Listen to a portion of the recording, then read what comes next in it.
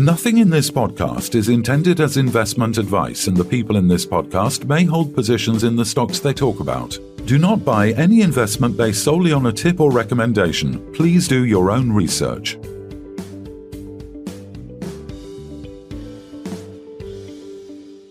Hello and welcome to the Midweek Takeaway, where we unpack the most intriguing investment opportunities and market trends. Today we're joined by Colin Bird, Chairman of African Pioneer, Martyn Churchouse, Group Senior Technical Manager, and Charles Archer, seasoned journalist and investor. In this episode, we'll delve into African Pioneer, a company with significant stakes in the rapidly evolving copper industry. African Pioneer, listed under London AFP, has been navigating the complexities of small-cap investments with a sharp focus on copper, a metal facing a substantial future supply gap as global demand soars. Despite its IPO launch price dip from 3.5p in mid-2021 to under 2p, the company remains a formidable player in the copper sectors of Botswana, Namibia and Zambia. We'll explore the strategic moves that set African Pioneer apart in the junior resource market and discuss the broader implications of copper's global supply challenges, highlighted by industry giants like S&P Global and Goldman Sachs. So welcome, gents. Thank you. Thank you.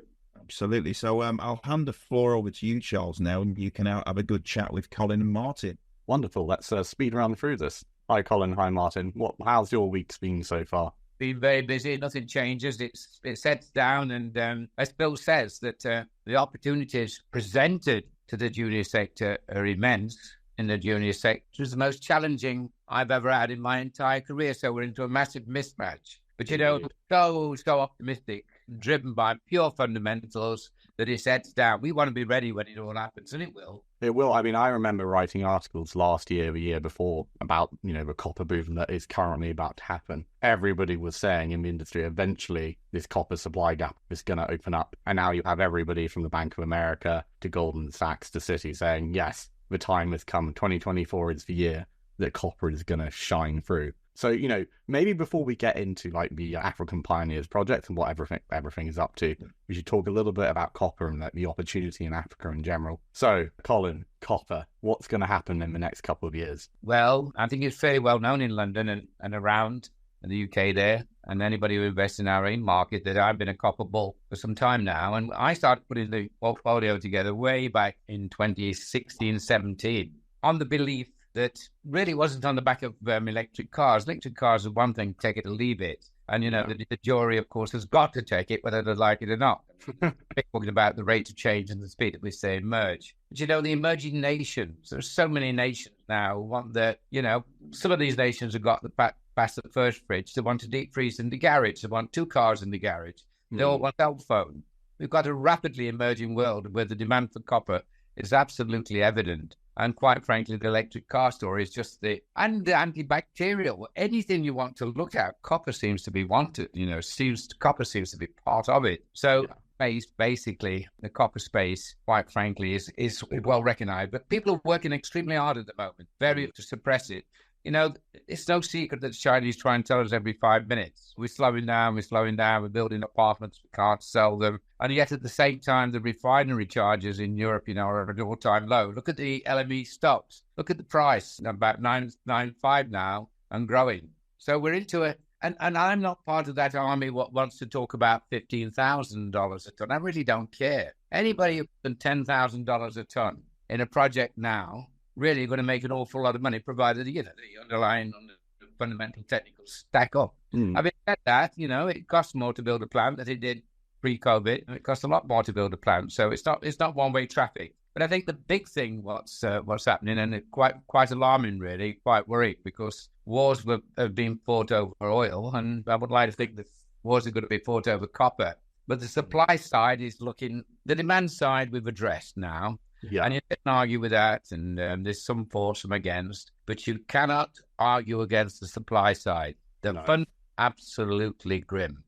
Latin America seems to be anti-copper. It does. Yeah. Even the copper it does have, Colin, now the grades are falling. They're not finding anything new, really. It's getting more and more expensive to get it out of the ground in Latin America. And you look at Africa, specifically Zambia and Botswana, and it seems to be that you've got these massive deposits, top-tier quality, should be relatively easy to get it out, and maybe just the infrastructure is the issue. Absolutely. Yeah, they present their own challenges, but, even BHP get scared of digging 600 meters in Chile to get to 4% copper. Yeah. You've got a $700 million pre-strip. That takes a lot of courage, and possibly there's another word for courage. Then we look at Panama. Poor old First Quantum spent up $10.3 billion only doing nothing. changing this, and you're not welcome anymore. Yeah. So these are big chunks of supply taken out of the system. I'm quite surprised, really. I've been in this mining business for years, and I'm quite surprised. You had that dip sometime last year down to about 7, 8. And these major mining companies took the projects off the table and put them back in the drawer. Be so reactive when you're planning 50 years mines. You've got to look at trends. And so, I think my summary is that, like it or not, this basically, in actual fact, if you look at the cost structure, what it costs to bring a new mine on, both exploration and pre-production. Remember, when I first started out in this business, 5% of your pre-production costs were environmental and that sort of thing. Now 30%. Yeah. Well, that's fairly serious. But what was an 18-month process is now a 4 or 5 year process in countries in Latin America. Yeah, so there's enormous pressure on that supply side, whilst the demand side cannot be held back for obvious reasons. So I've taken a long time to answer your question, but I'm so excited about the prospects for copper, long and medium term. Well, I'll tell you what, I think I'd much rather have a long answer than a short or 1 or 2 word one, which you get sometimes. We were talking about Latin America there. If you look at Zambia, external investment kind of collapsed a few years ago, but they've changed the tax regime. They've changed their tune. They want to get a lot of copper out of the ground. Corporation tax flat rate at 30%. The mineral royalty, you can deduct it from it. There's so many incentives to get into the space because they want you there. They want you to get the copper out of the ground. And I guess all this goes to say, when I was initially kind of looking around, because I thought copper would do really well. I think the assets in Africa are going to do really well. What companies are both strategically located across Zambia and Botswana and also have copper? African Pioneer was one of the names that popped up. So obviously in Botswana, you've got the Kalahari Copper Belt. In Namibia, you've got the Churchouse Copper Belt. And in Zambia, you've got the Central African Copper Belt. And just assets seem to be everywhere. What would you say is your most promising asset on the books at the moment? Maybe Martyn to this one as a geologist. With my geological hat on, it's the projects are all at sort of different stages of their development. Yeah. In terms of, if you're looking to catch the imagination of potential shareholders, then I would certainly say that the Western Foreland and the Thrust and Fault Belt up in northwest Zambia is most exciting. Obviously, because potentially there's Kamoa-style mineralization and grades in the region, and we're starting to find the right sort of diagnostics in terms of the geological features that we want that will create that type of mineralization. We're finding those now. That's very exciting. So purely from a geological perspective viewpoint, I would say northwest Zambia. In terms of something that's more advanced, you're probably looking in Namibia at the Ngombo project, which has got 30 million tons. And as you know, we have other group projects in Namibia, and there's always an opportunity for some sort of synergy quite further down the line. As far as Botswana goes, there's been a huge amount of activity there in the last few years, and it doesn't seem to be slowing down. Our view with Botswana is that, we've got, again, on the sort of group level, we've got projects that are strategically very well located. And, the morphology and the grades, interesting and can be a little bit challenging potentially, but view has always been and continues to be that we need to remain on good terms with our neighbours. There will be, everybody's going to need compromise. And looking to work with those nearby in Botswana. So I think in terms of the copper assets, you're effectively covering pretty much the spectrum in terms of near-term production, longer-term, huge potential, and then something in the middle where there's an opportunity to work with other explorers and producers. A consistent news flow, one would hope, over time. Colin, if you look at Ngombo, a base in Namibia, the most recent kind of RNS, the most recent discussion I've had is that the company is in advanced discussions with multiple partners for project-level funding. And what I find interesting about this is that just the mineral resource estimate is very good, but it looks like you've got a potential for just a quick, a relatively quick starter mine just to get up and running with open pit methods. How close are you, would you say, to a deal, or is this something that's going to take a little bit longer? Well, we've also got an interest in another company down at Open Gorup, further in the Masters Copper Belt. But going back to Ngombo, it's quite a nice proposition. It's dipping quite shallowly. The work that's done before was done by majors who, quite frankly, were looking for a totally different subject. We found a small mine, and we found potential to actually grow that mine adjacent and within the actual mining boundaries that we've established. And the attention, quite frankly, just before this Zoom call came in unsolicited. Don't let's call it an approach, call it a request to visit our data room to see all about the projects in Namibia. So we had a conversation 10 minutes ago, and that conversation preempts these calls. The level of interest is enormous now. And quite frankly, if we were relying on stock markets, junior stock markets, to fund us on equity, if we were relying on standard project finance like the old days of banks, you'd have no chance, would you? Really? It would be impossible. But the number of family offices now who are recognizing that make the money from property normally, so they understand the risk fundamentals of the mining business. Property, you acquire a plot, you get your plans, you've got to raise your money to build your cinema, your mall, whatever you're going to do, your hotel. And of course, that's slowed down in parts of the world. And that money is beginning to flow into copper. The smart money now is recognizing that base metal, not just copper, that base metals is the place to be. So it's not just sort of trying to make out that there's a lot of interest in our project. There's a lot of real interest in our project. The ones who are reticent, if you like, are the ones who have just got to start acting soon. Because I've seen so many times in my career, the big mining companies, they're saying, oh, that's too small for us, that's too small for us. But I remember about 2 years ago, the bar was about 3 million tons of contained copper for a good project. They now started looking at 1 million tons for a good project. I bet you that bar drops to 500,000 tons because they've got to maintain their production profile. So the interest is coming from family houses, offices, that sort of thing. And the banks obviously are not interested and probably never will be. But my suspicion is that the M&A activity in and around juniors who have got good projects close to being brought into production with upside potential, I think that's very, very important. Little single projects of 6,000 tons will still remain in the domain of junior mining companies. But if they're adjacent to a whopping great exploration target, then that's number one for the majors. The Chinese majors are around, of course, but not the conventional ones. You don't see much of the Rios, the BHPs.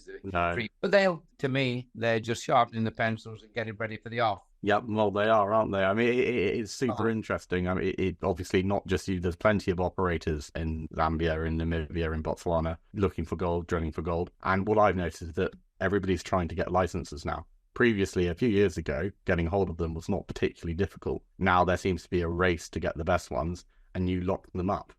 So, congratulations to you, Colin. I mean, it seems to me that the past couple of years has not been particularly friendly to the junior resource sector. But having done that legwork, you'll get people who are invested now are going to do very, very well. I mean, if we go back to Ngombo, if you look at it, I mean, the general idea is you'll blast the rock out, you'll crush it, you'll sort it with XRT sorting. Steiner have said that's possible. And then it will just get transported to a plant, elsewhere, assuming, the asset doesn't just get sold at some point. Right, but it's, Martyn talked about 29, 30 million tons. But we reckon when we drilled that east shoot, and then when drilling was done, nobody cared about 0.2, 0.4 gold. But, in this day and age, when you've got 0.4 gold, and gold is something like $70 a gram, what is that? That's about $30. That's $30 rock. It pays all of your costs. Indeed. And then on top of that, I mean, the technology in mining, when you started out, compared to today, getting that gold out, getting those side products out, is becoming cheaper and a lot easier than maybe it would have been in the past. Well, and the beauty is, of course, you don't need to, because the Chinese, I mean, if you said I've got a copper gold concentrate 10, 15 years ago, that bothered me. If you say you've got a copper gold concentrate, they rub their hands in glee now. Yeah, because they're both the metals that you want. They take the first gram away, and then they pay you 94% of the balance. Payability, very good, and it worries them not. So yes, things have changed. So, I'm pretty confident we can take on Ngombo up in the region of 50 million tons. And I'm more confident that the gold will, in actual fact, take us up to about 1.5%. So that's a nice project by anybody's standards. So 10 to 12,000 tons of copper equivalent per year. nice target for the company. And of course, what the market hasn't recognized, this project has got a mining license. Yeah. And 95% through to its environmental permits. So it's literally ready for the off. There's not. Well, it's also, I mean, this is a technical thing that you guys, you may not even realize because you're so close to it, but the mineral resource estimate, there is a substantial inferred underground estimate, but there's also an indicated mineral resource, which is very high certainty, 5.7 million tons, 1.1% copper equivalent. Indicated mineral resource, in Namibia for copper, that's something that you just don't see very often before it gets snapped up. So it's going to be at some point, you would assume. And it's just a question of how long that takes, because you're in these conversations with various partners. People are interested. Maybe you give a timeline, or you're not sure yet? Oh, your interesting words there were that it's ready. I mean, is it not just ready? It feels ready to me. Is that the size is not beyond the capability of our level of company. Basically, if you're looking at 300,000 tons of contained copper a year, that's a challenge. But, at our level, we can actually develop these projects and be significant cash flow companies with good exploration potential. The fact that most of our projects supportable by a junior and yet major company potential, that's the beauty of stable. That's the beauty. Yeah. Right. We can develop something. We're not, hopefully when we get them going, placings aren't every 5 minutes. The fundamentals have been defined, the strike distance. You don't need to drill your life away over a year, 2 or 3 years. We'll put a ring around this. You quite rightly said you've got a good level of indicated. But, I sold Kalambila to First Quantum for $265 million. Was not an indicated resource there. There was basically an outlined resource which managed to, which qualified as, as inferred, but certainly not indicated. Now, just go back to our previous conversation. It's going to be a race, I mean, new business divisions now, these mining companies haven't got, 25 geologists in-house. They've got basically 3 or 4 spreadsheet guys, the new business division, together with a couple of geologists to go do site visits. They, frankly, when the need comes, which it's arrived, not when it comes, it's arrived, the need has arrived. It's going to be a competition between the top companies. Who is going to jump first? I'm saying now that, when we sold Kalambila, nobody was interested. Nobody was interested. When First Quantum made an offer, everybody was interested. Of course they were. As a group, saying, I wonder what's happening here, what's happening there. We're on the radar screens of every single major mining company, as are other juniors on the AIM market, on the Australian market, and on the Canadian market. And anybody who's got an advanced project, which basically has been well studied, well drilled, has got the ability to be upgraded and made larger, is on the books of the majors, and they probably know as much about that project as management do. Well, I mean, you mentioned the sell to First Quantum back in 2009 or whenever it was. I mean, the Central African Copper Belt, First Quantum has an option, does it not, over those assets, and that's a really promising, interesting potential there. So, I'll just run through it really quickly. Initial 18-month option period, they've got the right, but not the obligation to spend $500,000 on each of 1 to 4 licenses. And it appears to me that you've got, a ready-made buyer for those. What would you say? The relationship with First Quantum must be very close, given how many years you guys have worked together. Yeah, well, there's a bit of mutual respect across the board. And I don't know if you know, if it's well known, that I actually found the first money for First Quantum. I had colleagues in Vancouver who had a shell called First Quantum. I didn't know that at all. No. Who died last year, came along with this idea to form a company. I found the shell First Quantum and found its first $2 million. I don't think that's well known. And so, yes, we're close. We've known them years. We've known them absolutely years. But, people in academia have talked about Congo-style mineralization going into Zambia. Our venture with First Quantum has not made that a concept. We have actually proved that the Kamoa, the Western Foreland, the Thrust and Fold Belt goes through into northwest Zambia. And then, of course, you will notice that I've staked out huge tracts of ground in Angola. So It goes all the way through in a southwesterly direction through into Angola. And you're quite right to say that we've got quite a number of licenses in that area. So what did we achieve with First Quantum? Proof of concept. It's all there. We've discovered, not discovered, we've identified the petty conglomerates, the grand conglomerate, all of the various folding what happens. So now we've got the precursors to mineralization. First quantum are moving the machines back, the rain stopped. And I'm rather that, that we will be the first one in the region in this joint venture to, in fact, go through Kamoa or Kolwezi style mineralization. You know what that is, don't you? That's 5% copper. Yeah, that's world class. Yeah. Some cobalt as well. So proof of concept, you can put it over. I mean, 10 years ago, if you'd have put an announcement that you've proven what we've proven, God only knows what the company would have been. It would have been a multiple 3 or 4 times. I don't in actual fact think we got any recognition at all for that discovery. But, I don't think we got any recognition whatsoever. That's the market that you have, sadly, but obviously it's changing now, which is the good news. Metals come cycle in terms of the popularity. I know a year or 2 ago it was lithium. At the moment, it's probably uranium and gold. Copper is coming up now as the one that you want to, and helium, interestingly. You're looking at, I'm trying to think, the first earning period. First Quantum, the idea is they're going to prepare a technical report demonstrating an indicated mineral resource of at least 300,000 tons of contained copper. That's essentially the aim with this one at the moment. Do you think that's very likely to happen in terms of a timescale within the next year or 2? Oh, absolutely. I mean, these guys don't go into these projects. I mean, despite they've had a few problems about the First Quantum in Panama, but they're still committed to our project. And there's two things could happen. That anybody else in the area who goes through mineralization in the Western Foreland or the Thrust and Fold Belt, in actual fact, proven, yes, it is mineralized, same as it is up in the Congo. Why wouldn't it be 60 kilometers away? And will it happen? I don't think it's recognized again that when we put our news releases out, there are 2 targets. One target is near surface, and to some extent is traditional copper belt. And then the Kamoa style mineralization is about 600 or 700 meters deep. So to find a Kalambila, we're actually talking about 32 kilometers of strike. Now, it would be cavalierish of me to say that's continuous.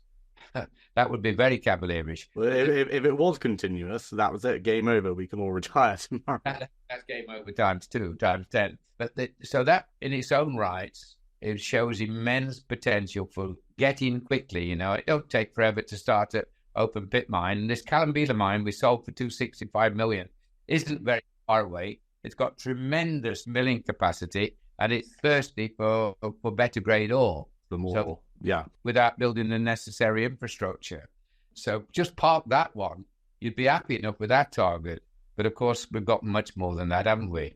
We've got this great Western Foreland and the Thrust and Fold Belt. If I told you, and it's checkable on the internet, I think one has to go back 3 or 4 years. BHP offered $1 billion for 35% of the Western Foreland to Ivanhoe, and it was turned down. $1 billion. Know that. I did not know that. Oh, well, go back. I'll have to Google it. That's something to research. Yeah. That's right. And so we've got a great big chunk of ground, several situations in that chunk of ground, which is as big as that was turned down. And the area that Ivanhoe got down in Angola is a similar area, and we're wedged in between. You couldn't be in a better position if you tried. I mean, this didn't happen last week or the week before. This has happened over 4 or 5 years. Yeah. We've positioned ourselves. And that's what we're paid for as explorers. That's what we're paid for as a junior company. Anybody can follow the crowd. As a junior company, a leader of a junior company, you've got to be up front. You've got to be in the trenches. You've got to be making the rules, not following the rules. We've worked really hard, and I think you're right when you say that in the future we'll be glad we put all that hard work into identification and the work that goes into acquiring these licenses. Well, yeah, that's the thing, isn't it? I mean, often it's the light at the end of a tunnel, isn't it? You put all the work in, it doesn't get recognized until eventually someone does with dollars, typically US. That's the name of the game. But I mean, if we move now quickly to Botswana, Martyn, I've got a question for you. So previously, Sandfire Resources was exploring the Botswana licenses. This is within the Kalahari Copper Belt, and they decided not to exercise their option because they generally, I mean, my perception is they didn't feel that the copper they found was large enough scale for them to be interested. But you were talking, our company was talking about like a smaller operation, you're talking 5,000 to 10,000 tons of contained copper per year. Is that realistic? Is the copper that you're finding there enough to sustain a smaller operation? Would Sandfire, potentially come back at some point in the future? I don't know whether Sandfire would come back. I mean, maybe the licenses are a bit too distant from some of their more recent discoveries. I guess if you're looking at it from the point of view of them Would it make a huge difference to their, the perception and share price and all the rest of it? I don't know. But certainly, if we find copper there, I would hope that it be sufficient size to be of interest for us. Of course, as you say, whatever it will be, 10,000 tons of copper per annum. We still need to do further work, of course. We've got a lot of data and information that we still need to sort of sift through. But the beauty of it is that because we've got other licenses, in another company, it does mean that we've got the benefit of all that additional geological information that You've got the synergy, don't you? Obviously, there's free sharing across them. Well, yeah, just literally projecting the geology and seeing what we come up with. We're fortunate to be working with some sort of external advisors who've got huge amount of Botswana experience and, real proper on the ground, licking rocks type experience. So that makes a big difference as well. So we're sort of, we're confident that what we're doing is the right thing in terms of the strategy that we've adopted. Wonderful. Yeah, no, I don't know. I mean, the thing is that, kind of wrapping up a little bit, because I know we've also got very busy days, but the licenses that you have seem incredibly prospective. The option agreement with First Quantum are doing most of the work now, covering those 4 licenses, additional one to Zambia. I guess the question is, where next? What's the plan for the next 6 months? Obviously, you've got Ngombo, you've got the project funding discussions, and at Botswana, potentially a little mine going down there. But what's the strategy for the next 6 months to a year, Colin? You've summed it up again earlier, and you've got a way of doing that. I congratulate you. I do try. Sorry. It's pretty much the same. But of course, you summed it up when I say you summed it up. When we started our activities in the 2017, 18, 19, it was a damn sight easier than it is now. Things are full of people who are realizing what potential is in Africa as opposed to in Latin America. Latin America has gone out of its way to make life difficult for for companies who are involved there, both in operations and exploration and environmental permitting. So that's changed a lot of people's ideas to Africa, obviously, particularly Southern Africa. So pretty much the same.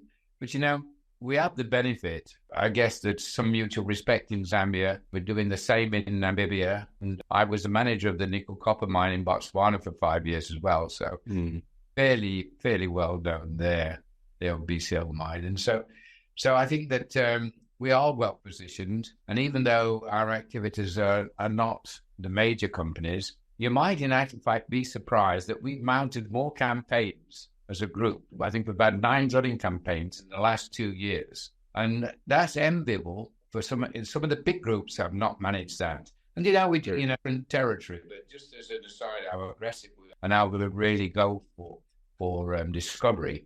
In our project in Australia and another company, we've drilled 38,000 meters in 2 years.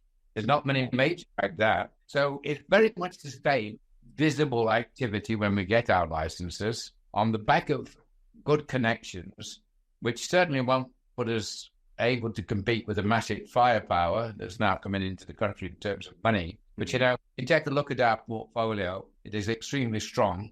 I'm never comfortable. I wake up every morning looking for new opportunities, trying to make the company even better than our shareholders. But if we don't get anything more, we're extremely well positioned.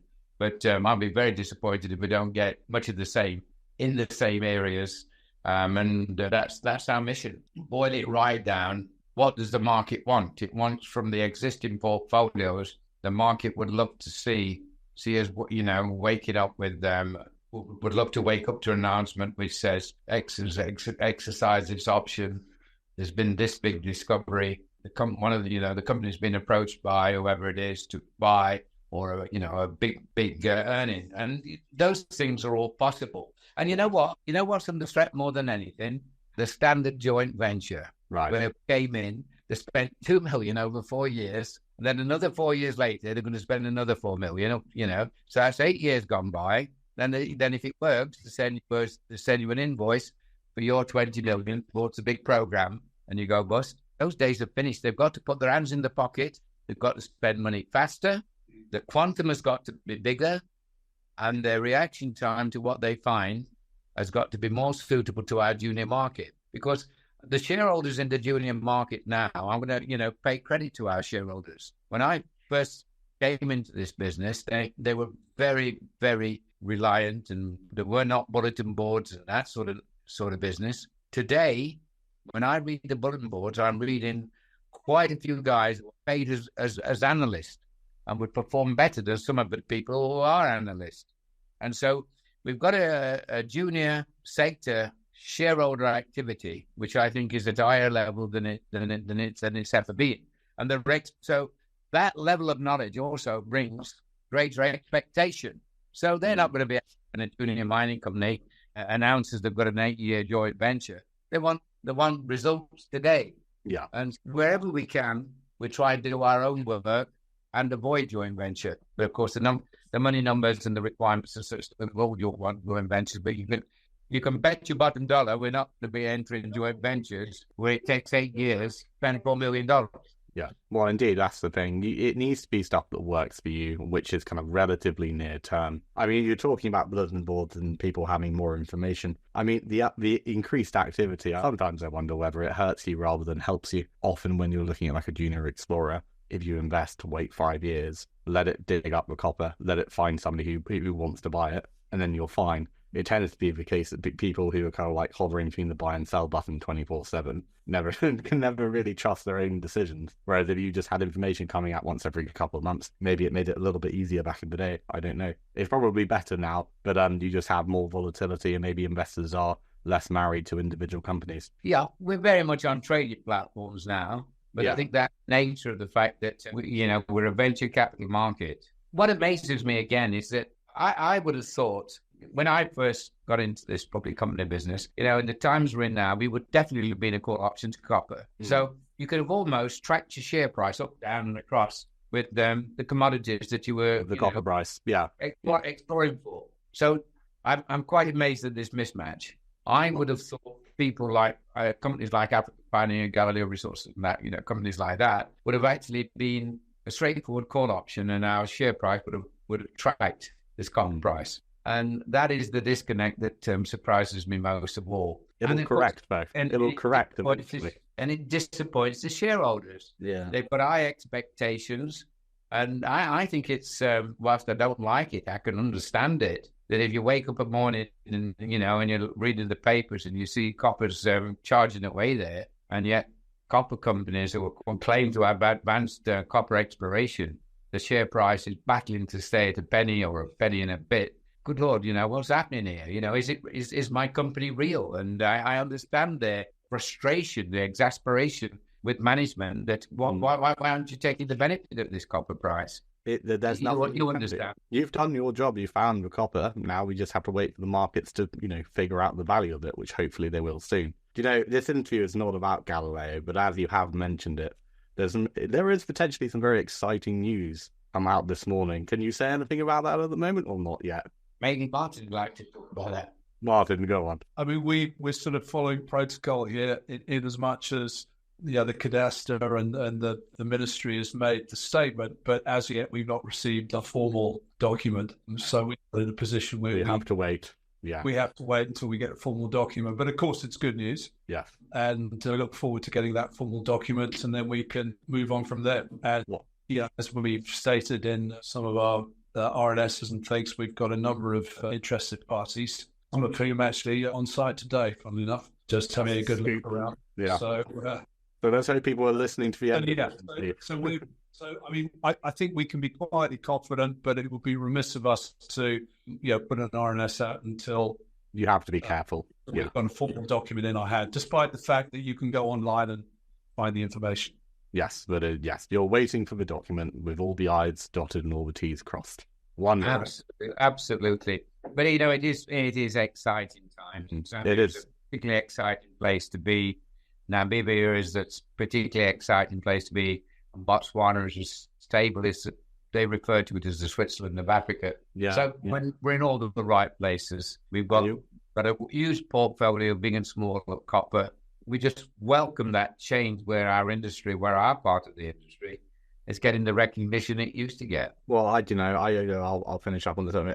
It is amazing to me now that every single analyst, every major company, every metals trader is saying copper is going to skyrocket because of this supply gap. And now it's going to be a question of, okay, where are we going to get all this copper from? And as you say, Latin America, it's not happening. Australia, the operating costs are very expensive. It's going to be Africa. You position yourself very well, and let's hope that the market recognizes that over the next couple of years. I think you're going to do very well. Okay. Yeah, very kind of you to say that. And if I can just, I know we want to wrap this up, but you know what we need in London, or what we need in Australia or Canada. We're ready. We need a big success. Yes. Like Alan Beeler when we sold QR for 265. One of our companies has got to have that big success, the big discovery, which is sold on to a major.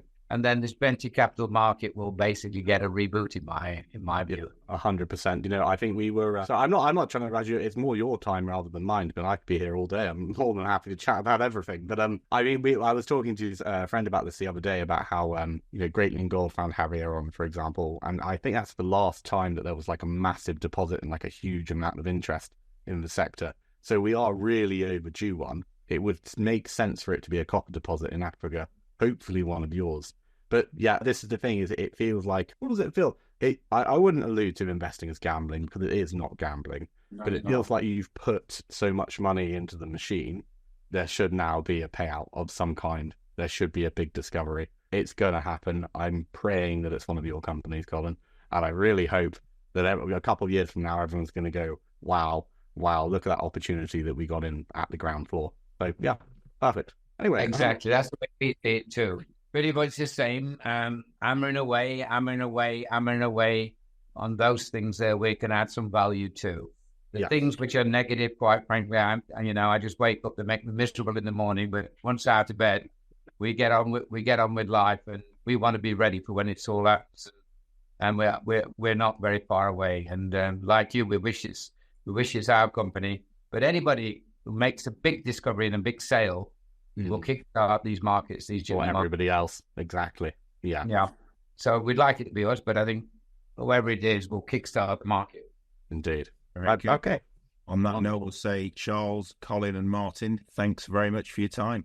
Thank you very much, Bill.